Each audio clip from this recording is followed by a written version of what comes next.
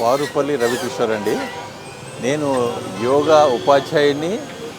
సాధన చేస్తాను, సాధన చేయించుతాను. రోజుకో 5-6 క్లాసులు తీసుకొని.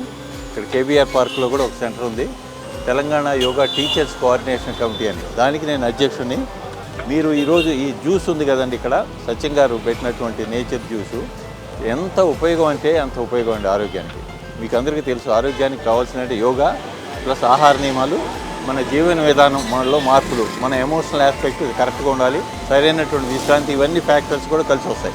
ఉదాహరణకి నా వయసు 72 సంవత్సరం ఇప్పుడు. సో ఏ రోజు కూడా 365 రోజుల్లో కూడా నేను నిద్రపోయేది 5 గంటలే. 8 గంటలు నిద్రపోవాలి, కానీ 5 గంటలు నిద్రపోతాను. అయినా కానీ సాయంత్రం పడుకోబోయేటప్పుడు కూడా అలసట కానీ, ఎక్కడ నీరసం కానీ, చేత కానీ, తనం కానీ ఉండదు. ప్రొద్దున లేచినటువంటి సేమ్ ఎనర్జీ లెవెల్స్ ఉంటాయి. నా ఫుడ్ చూడండి, ఇక్కడ జ్యూస్ తాగుతాను ప్రొద్దున. ఈ జ్యూస్ గురించి మీకు సత్యం వివరించారు. 21 రకాలైనటువంటి ఆయుర్వేదిక మూలికలు కలిగినటువంటి బ్రహ్మాండమైన ఔషధ గుణాలు ఉన్నటువంటి జ్యూస్ ఇది.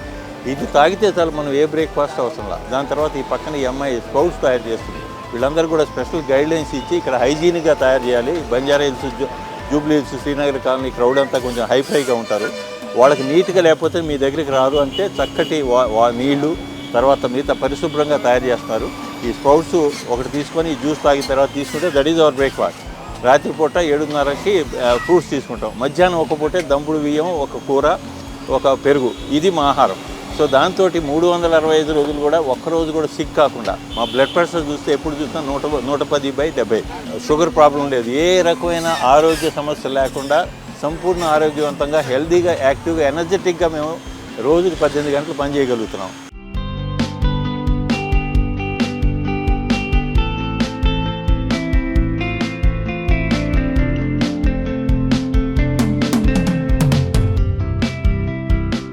ఈ జ్యూస్ నిజంగా ఈ తాగినటువంటి వాళ్ళు చాలా అదృష్టవంతులు నిజంగా.